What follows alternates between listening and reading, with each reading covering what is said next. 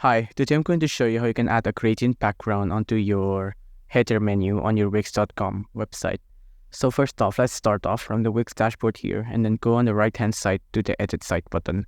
It will take you onto the Wix website editor here. Now your header is separated by a couple of columns.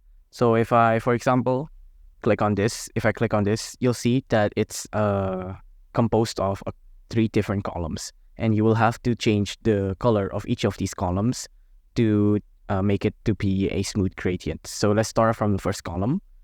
Click on this, change background, and then go to color, and then go onto this gradient, and then just pick your gradient. I'm going to pick this.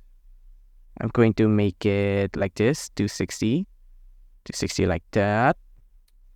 And now on the middle column, click on it, and then click on change background as well. Go to color, go to the same option here.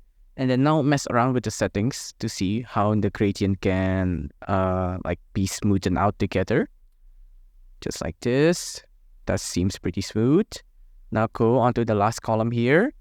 Go to change background again, color, gradient. And now let's make it like this. Just like that. And now you have a gradient background for your header.